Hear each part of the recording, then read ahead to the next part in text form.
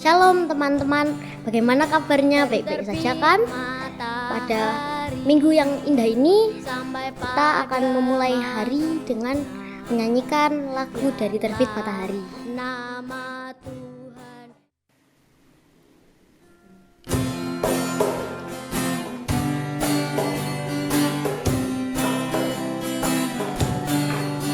Dari terbit matahari sampai pada masuknya, biarlah nama Tuhan dipuji.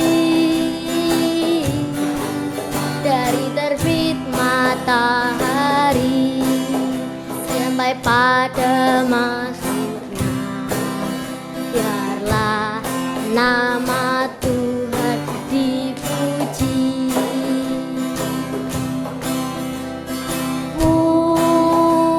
Puji Tuhan,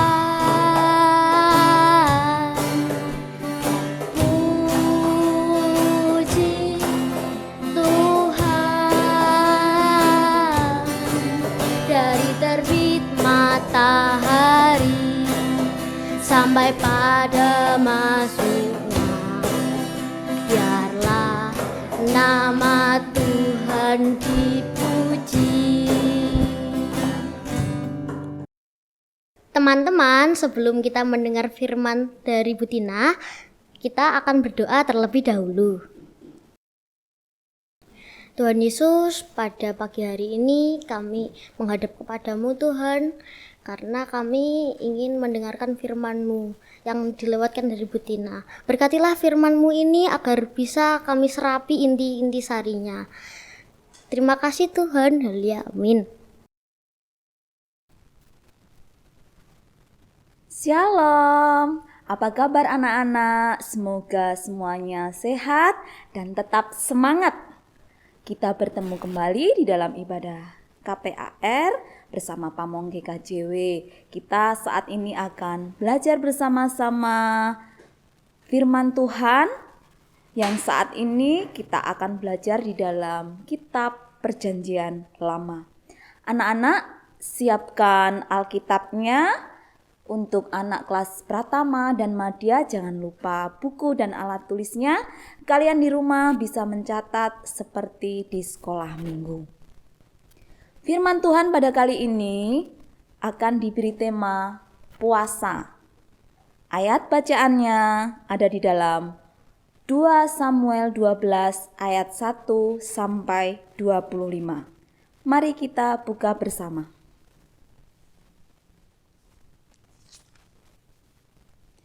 2 Samuel 12 ayat yang pertama sampai 25. Bu Tina akan membacakan untuk kalian di rumah, anak-anak menyimak ya. Judul perikopnya adalah Nathan memperingatkan Daud sehingga Daud menyesal. Tuhan mengutus Nathan kepada Daud. Ia datang kepada Daud dan berkata kepadanya, ada 2 orang dalam suatu kota, yang seorang kaya, yang lain miskin. Si kaya mempunyai sangat banyak kambing domba dan lembu sapi. Si miskin tidak mempunyai apa-apa, selain dari seekor anak domba betina yang kecil, yang dibeli dan dipeliharanya. Anak domba itu menjadi besar padanya bersama-sama dengan anak-anaknya, makan dari suapannya dan minum dari pialanya dan tidur di pangkuannya seperti seorang anak perempuan baginya. Pada suatu waktu orang kaya itu mendapat tamu dan ia merasa sayang mengambil seekor dari kambing dombanya atau lembunya untuk memasaknya bagi pengembara yang datang kepadanya itu. Jadi ia mengambil anak domba betina kepunyaan si miskin itu dan memasaknya bagi orang yang datang kepadanya itu. Lalu Daud menjadi sangat marah karena orang itu dan ia berkata kepada Nathan, "Demi Tuhan yang hidup, orang yang melakukan itu harus dihukum mati, dan anak domba betina itu harus dibayar gantinya 4 kali lipat karena ia telah melakukan hal itu dan oleh karena ia tidak kenal belas kasihan. Kemudian berkatalah Natan kepada Daud, "Engkaulah orang itu. Beginilah firman Tuhan Allah Israel. Akulah yang mengurapi engkau menjadi raja atas Israel, dan akulah yang melepaskan engkau dari tangan Saul. Telah kuberikan isi rumah tuanmu kepadamu, dan istri-istri tuanmu ke dalam pangkuanmu. Aku telah memberikan kepadamu kaum Israel dan Yehuda, dan seandainya itu belum cukup, tentu kutambah lagi ini dan itu kepadamu. Mengapa engkau menghina Tuhan dengan melakukan apa yang jahat di matanya? Uria, orang Het itu kau biarkan ditewaskan dengan pedang. Istrinya kau ambil menjadi istrimu, dan dia sendiri telah kau biarkan dibunuh oleh pedang Bani Amon.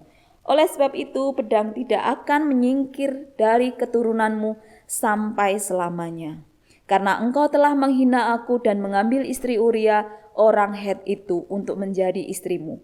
Beginilah firman Tuhan, bahwasannya malapetaka akan kutimpakan atasmu, yang datang dari kaum keluargamu sendiri. Aku akan mengambil istri-istrimu di depan matamu dan memberikannya kepada orang lain. Orang itu akan tidur dengan istri-istrimu di siang hari. Sebab engkau telah melakukannya secara tersembunyi, tetapi aku akan melakukan hal itu di depan seluruh Israel secara terang-terangan." Lalu berkatalah Daud kepada Natan, "Aku sudah berdosa kepada Tuhan." Dan Natan berkata kepada Daud, "Tuhan telah menjauhkan dosamu itu, engkau tidak akan mati. Walaupun demikian, karena engkau dengan perbuatan ini telah sangat menista Tuhan, pastilah anak yang lahir bagimu itu akan mati." Kemudian pergilah Natan ke rumahnya, dan Tuhan menulahi anak yang dilahirkan bekas istri Uria bagi Daud sehingga sakit. Lalu Daud memohon kepada Allah, oleh karena anak itu ia berpuasa dengan tekun, dan apabila ia masuk ke dalam, semalam-malaman itu ia berbaring di tanah.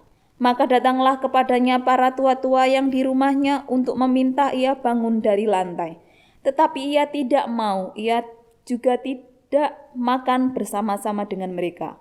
Pada pagi hari yang ketujuh matilah anak itu, dan pegawai-pegawai Daud takut memberitahukan kepadanya bahwa anak itu sudah mati. Sebab mereka berkata, "Ketika anak itu masih hidup, kita telah berbicara kepadanya, tetapi ia tidak menghiraukan perkataan kita. Bagaimana kita dapat mengatakan kepadanya, anak itu sudah mati? Jangan-jangan ia mencelakakan diri." Ketika Daud melihat bahwa pegawai-pegawainya berbisik-bisik, mengertilah ia bahwa anak itu sudah mati. Daud bertanya kepada pegawai-pegawainya, "Sudah matikah anak itu?" Jawab mereka, "Sudah." Lalu Daud bangun dari lantai. Ia mandi dan berurap dan bertukar pakaian. Ia masuk ke dalam rumah Tuhan dan sujud menyembah. Sesudah itu pulanglah ia ke rumahnya, dan atas permintaannya dihidangkan kepadanya roti, lalu ia makan. Berkatalah pegawai-pegawainya kepadanya, "Apakah artinya hal yang kau perbuat ini? Oleh karena anak yang masih hidup itu engkau berpuasa dan menangis. Tetapi sesudah anak itu mati, engkau bangun dan makan." Jawabnya, "Selagi anak itu hidup aku berpuasa dan menangis karena pikirku, siapa tahu Tuhan mengasihani aku sehingga anak itu tetap hidup.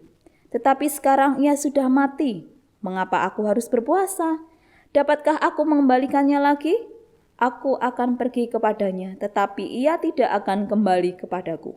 Kemudian Daud menghibur hati Batseba istrinya. Ia menghampiri perempuan itu dan tidur dengan dia. Dan perempuan itu melahirkan seorang anak laki-laki. Lalu Daud memberi nama Salomo kepada anak itu. Tuhan mengasihi anak ini, dan dengan perantaraan Nabi Natan ia menyuruh menamakan anak itu Yedija oleh karena Tuhan. Amin. Bacaannya sangat banyak ya anak-anak, dari ayat 1 sampai yang ke-25. Nah, kita kembali kepada tema firman Tuhan kali ini, yaitu puasa. Apa itu puasa? Puasa adalah tindakan mengendalikan diri dan memohon sesuatu yang berfokus pada Tuhan, dilakukan dengan cara tidak makan, tidak minum, sesuai dengan kemampuan kita. Menjaga tutur kata kita, perilaku kita, memperbanyak memuji Tuhan dan berdoa, serta membaca Alkitab. Nah, kita akan belajar dari Raja Daud, puasa yang dilakukan oleh Raja Daud. Kenapa Raja Daud berpuasa? Ini sudah ada di dalam bacaan yang kita baca tadi. Raja Daud adalah raja yang diberkati Tuhan, disertai Tuhan dan takut akan Tuhan. Tetapi Raja Daud pernah melakukan dosa, pernah melakukan kesalahan yang membuat Tuhan marah. Kesalahan apakah itu? Ada di ayat sebelumnya, ada di pasal sebelumnya. Anak-anak bisa membacanya ya. Raja Daud ini pernah melakukan kesalahan yang membuat Tuhan marah. Kesalahannya yaitu Raja Daud mengingini, jatuh cinta kepada istri Panglima Uria, yaitu Ibu Batseba. Padahal Ibu Batseba itu adalah istri dari Bapak Uria. Daud memiliki niat yang jahat di dalam hatinya. Dia mengirimkan Bapak Uria untuk pergi ke medan perang. Karena Bapak Uria ini adalah seorang panglima. Seorang panglima ya anak-anak. Kemudian Bapak Uria ini pergi ke medan perang dan akhirnya tewas atau meninggal. Kemudian Raja Daud mengambil Ibu Batseba menjadi istrinya. Itulah kesalahan dan dosa yang dilakukan oleh Raja Daud. Karena dosa dan kesalahan tersebut, akhirnya Tuhan marah. Kemudian Tuhan mengutus Nabi Natan menjadi perantara untuk menyampaikan pesan Tuhan kepada Raja Daud. Kemudian Nabi Natan bertemu dengan Raja Daud. Nabi Natan tidak langsung menegur kesalahan yang dilakukan oleh Raja Daud. Dosa apa yang dilakukan oleh Raja Daud? Tidak seperti itu anak-anak. Nabi Natan menyampaikan dengan cara memberikan perumpamaan. Perumpamaannya seperti ini. Ada seorang yang kaya dan miskin. Si kaya ini punya banyak lembu, sapi, kambing, domba. Tetapi si miskin hanya mempunyai 1 ekor anak domba betina yang masih kecil. Kemudian suatu saat si kaya ini akan menjamu para tamunya. Otomatis kalau menjamu tamu akan memberikan hidangan, memasak. Nah, si kaya ini sayang dengan peliharaannya. Dia tidak mau memotong hewan peliharaannya, tetapi mengambil milik si miskin yang hanya 1 ekor domba betina yang kecil. Nah, merespon dari perumpamaan tadi, Raja Daud menjadi marah. Dihukum saja si kaya itu. Kemudian apa yang dikatakan Nabi Natan? Si kaya itu adalah kamu sendiri. Setelah itu Raja Daud berpikir, oh, ternyata aku sudah melakukan dosa dan kesalahan di hadapan Tuhan. Kemudian apa yang dilakukan oleh Raja Daud, anak-anak? Seperti tema kita tadi yaitu puasa. Raja Daud melakukan puasa selama bermalam-malam. Raja Daud menyesali segala dosa dan kesalahannya. Tuhan memang marah, tapi tetap mengasihi Daud. Tuhan tidak akan menghukum Daud dengan hukuman mati, tetapi keturunan Daud yang akan dihukum, yaitu anak yang dikandung Ibu Batseba itu menjadi mati. Nah, kemudian Raja Daud sudah melakukan puasa bermalam-malam, tidak makan, tidak minum, tidur di atas tanah.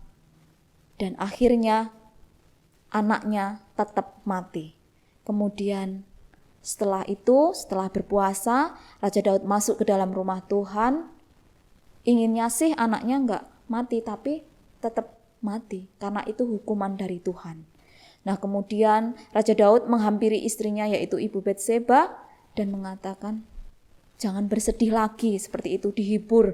Dan akhirnya Tuhan memberikan anak kembali untuk Raja Daud dan Ibu Batseba. Dan anak itu dinamai Salomo.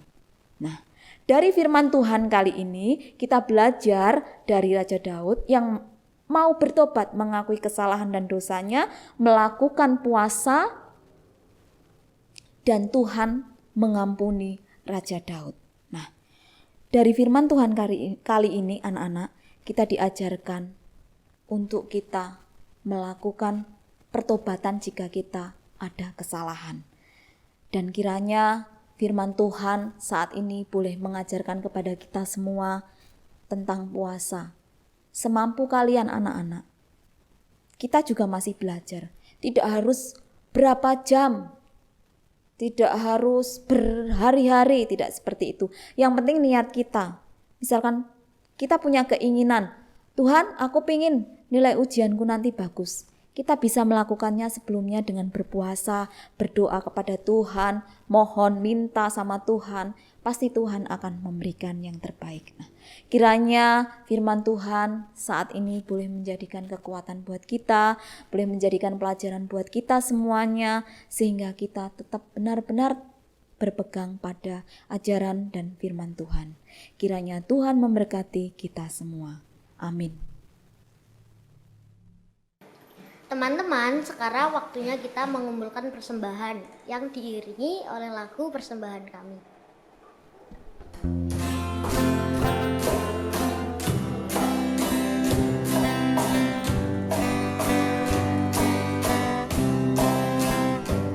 Persembahan kami sedikit sekali, kiranya Tuhan terimalah dengan senang hati. Persembahan kami sedikit sekali, kiranya Tuhan terimalah dengan senang hati.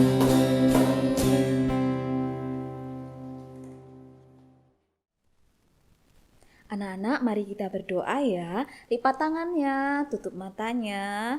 Kita akan berdoa bersama-sama. Tuhan Yesus, terima kasih buat firman-Mu. Ajar kami Tuhan lebih lagi sehingga kami senantiasa belajar dan belajar taat kepada Engkau. Tuhan, kami juga akan memberikan persembahan. Kiranya Tuhan memberkati setiap tangan-tangan yang sudah terulur untuk memberikan persembahan. Tuhan, kami juga berdoa buat anak-anak semuanya yang saat ini masih bersekolah secara online. Tetap memberikan kesehatan Tuhan buat anak-anak semua, semangat buat mereka, juga para orang tua yang mendampingi, sehingga anak-anak tidak bosan belajar di rumah, bersekolah di rumah. Kiranya Tuhan senantiasa memberkati anak-anak semuanya. Tuhan Yesus, kami yakin dan percaya Tuhan senantiasa mendengarkan segala doa dan seruan hati kami. Kami serahkan segala doa kami hanya di dalam nama Tuhan Yesus yang mengajarkan doa kepada kami. Bapa kami yang di dalam surga, dikuduskanlah namamu. Datanglah kerajaanmu, jadilah kehendak-Mu di bumi seperti di surga. Berikanlah kami pada hari ini makanan kami yang secukupnya. Dan ampunilah kesalahan kami, seperti kami juga mengampuni orang yang bersalah kepada kami. Dan janganlah membawa kami ke dalam pencobaan, tetapi lepaskanlah kami daripada yang jahat. Karena Engkaulah yang mempunyai kerajaan dan kuasa dan kemuliaan sampai selama-lamanya. Amin. Marilah teman-teman kita akhiri ibadah ini dengan menyanyikan lagu King Kong Badannya Besar.